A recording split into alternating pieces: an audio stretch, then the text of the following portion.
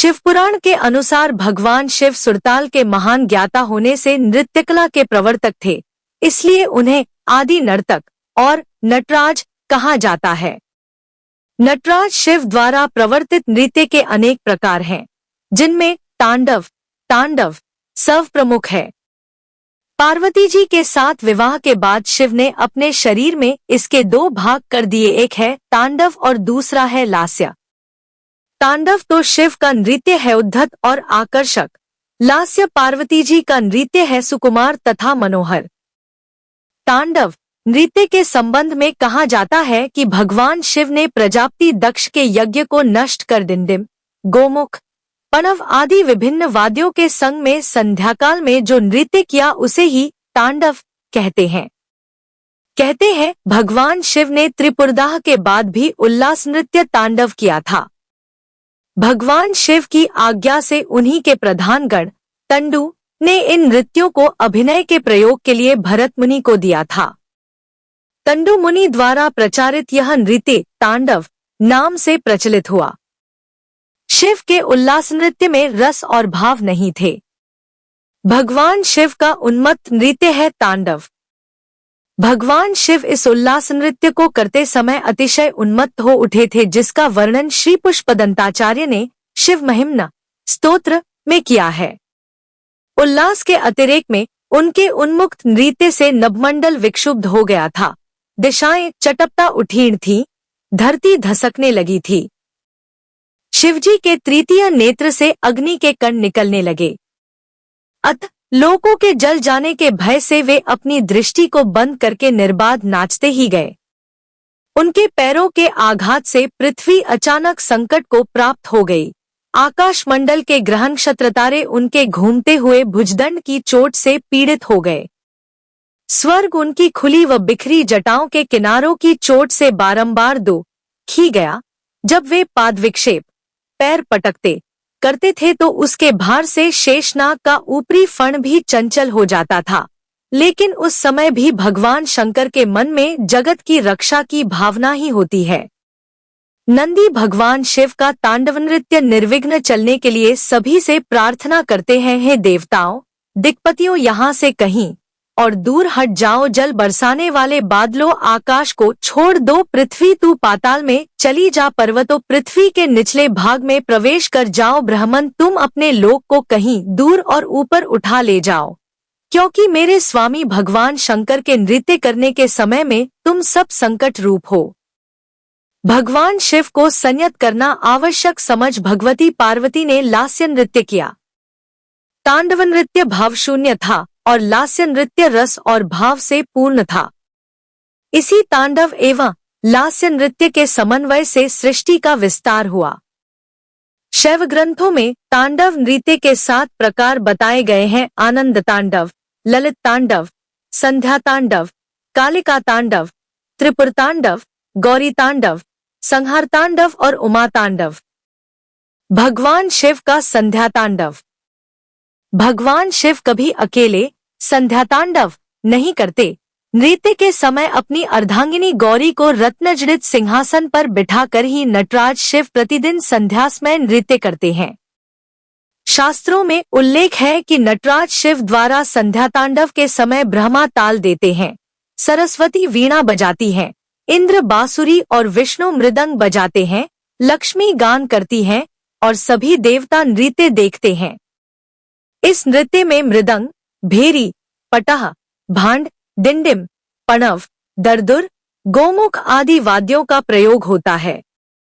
भगवान शिव नृत्य करने से पूर्व जब अपने इष्टदेव को पुष्पांजलि समर्पित करते हैं तो वह पुष्पांजलि इनसे बड़ा और कोई वंदनीय नहीं है, यह सोचकर शिव के हाथों में लिपटे कंकण रूपी सर्पों की फुंफकार से बिखर कर भगवान शिव के चरणों का ही स्पर्श करती है। ऐसा माना जाता है कि नटराज शिव ने पहली बार पृथ्वी पर चिदंबरम मंदिर में संध्या समय तांडव नृत्य प्रस्तुत किया था। महाकवि कालिदास ने अपने मेघदूत नाटक में उज्जैनी के महाकाल शिव का सांध्य नृत्य करने का उल्लेख किया है। भगवान शिव का मंगलकारी नृत्य है तांडव। संपूर्ण ब्रह्मांड ही शिव की नृत्यशाला है। शिव का तांडव जगत के मंगल के लिए, जगत की सृष्टि के लिए होता है, संहार के लिए नहीं। संसार में पाप ताप जब चरम सीमा पर पहुंच जाते हैं और जीव पीड़ा से हाहाकार करने लगता है, तब भगवान शंकर का नृत्य विवश होकर प्रलयंकारी रूप ग्रहण कर लेता है। उनका नृत्य भयंकर है, लेकिन शिव तत्व से शून्य नहीं है। भगवान शंकर का यह नृत्य भी जगत की रक्षा के लिए होता है, क्योंकि वे कल्याण करने वाले हैं। उनके पैरों की थाप से यह धरती अन्नजल और फल फूल की उत्पत्ति का कारण बनती है। पाणिनि के अनुसार भगवान शंकर के नृत्य करते समय उनके डमरू के घोष से जो इउण इत्यादि 14 सूत्र निकले, उन्हें सनकादि ऋषियों ने संग्रहित किया और उसी से संस्कृत भाषा की उत्पत्ति हुई।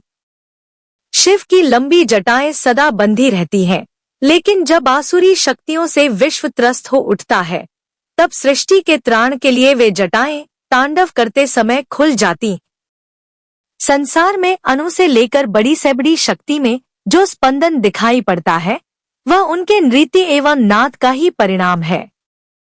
भगवान शिव का नृत्य जब प्रारंभ होता है, तब उनके नृत्य झंकार से सारा विश्व मुखर और गतिशील हो उठता है, और जब नृत्य विराम होता है, तब समस्त चराचर जगत शांत और आत्मानंद में निमग्न हो जाता है। नटराज का नृत्य ही सृष्टि, स्थिति, संहार, तिरोभाव और अनुग्रह इन 5 ईश्वरीय क्रियाओं का द्योतक है। भगवान शिव का यह अनादि व अनंत नृत्य केवल उसी जीव को दिखलाई पड़ता है जो मायाजाल से ऊपर उठ चुके हैं। भगवान शिव की बारात में आए थे हर तरह के प्राणी पड़े पार्वती और शिव के विवाह की कथा। भगवान शिव और पार्वती की शादी बड़े ही भव्य तरीके से आयोजित हुई। पार्वती की तरफ से कई सारे उच्च कुलों के राजा, महाराजा और शाही रिश्तेदार इस शादी में शामिल हुए, लेकिन शिव की ओर से कोई रिश्तेदार नहीं था, क्योंकि वे किसी भी परिवार से ताल्लुक नहीं रखते। आइए जानते हैं आगे क्या हुआ। जब शिव और पार्वती का विवाह होने वाला था, तो एक बड़ी सुंदर घटना हुई। उनकी शादी बहुत ही भव्य पैमाने पर हो रही थी। इससे पहले ऐसी शादी कभी नहीं हुई थी। शिव, जो दुनिया के सबसे तेजस्वी प्राणी थे, एक दूसरे प्राणी को अपने जीवन का हिस्सा बनाने वाले थे। उनकी शादी में बड़े से बड़े और छोटे से छोटे लोग शामिल हुए। सभी देवता तो वहां मौजूद थे ही, साथ ही असुर भी वहां पहुंचे। आम तौर पर जहां देवता जाते थे, वहां असुर जाने से मना कर देते थे, और जहां असुर जाते थे, वहां देवता नहीं जाते थे। शिव पशुपति हैं, मतलब सभी जीवों के देवता भी हैं, तो सारे जानवर, कीड़े मकोड़े और सारे जीव उनकी शादी में उपस्थित हुए। यहाँ तक कि भूत पिशाच और विक्षिप्त लोग भी उनके विवाह में मेहमान बनकर पहुंचे। उनकी आपस में बिल्कुल नहीं बनती थी, मगर यह तो शिव का विवाह था, इसलिए उन्होंने अपने सारे झगड़े भुलाकर एक बार एक साथ आने का मन बनाया। शिव पशुपति हैं, मतलब सभी जीवों के देवता भी हैं, तो सारे जानवर, कीड़े मकोड़े और सारे जीव उनकी शादी में उपस्थित हुए। यहाँ तक कि भूत पिशाच और विक्षिप्त लोग भी उनके विवाह में मेहमान बनकर पहुंचे। यह एक शाही शादी थी, एक राजकुमारी की शादी हो रही थी, इसलिए विवाह समारोह से पहले एक अहम समारोह होना था। भगवान शिव और देवी पार्वती की वंशावली, वरवधू दोनों की वंशावली घोषित की जानी थी। एक राजा के लिए उसकी वंशावली सबसे अहम चीज होती है, जो उसके जीवन का गौरव होता है। तो पार्वती की वंशावली का बखान खूब धूमधाम से किया गया। यह कुछ देर तक चलता रहा। आखिरकार जब उन्होंने अपने वंश के गौरव का बखान खत्म किया, तो वे उस ओर मुड़े जिधर वर शिव बैठे हुए थे। सभी अतिथि इंतजार करने लगे कि वर की ओर से कोई उठकर शिव के वंश के गौरव के बारे में बोलेगा, मगर किसी ने एक शब्द भी नहीं कहा। वधू का परिवार ताज्जुब करने लगा, क्या उसके खानदान में कोई ऐसा नहीं है जो खड़े होकर उसके वंश की महानता के बारे में बता सके? मगर वाकई कोई नहीं था। वर के माता पिता रिश्तेदार या परिवार से कोई वहां नहीं आया था क्योंकि उसके परिवार में कोई था ही नहीं।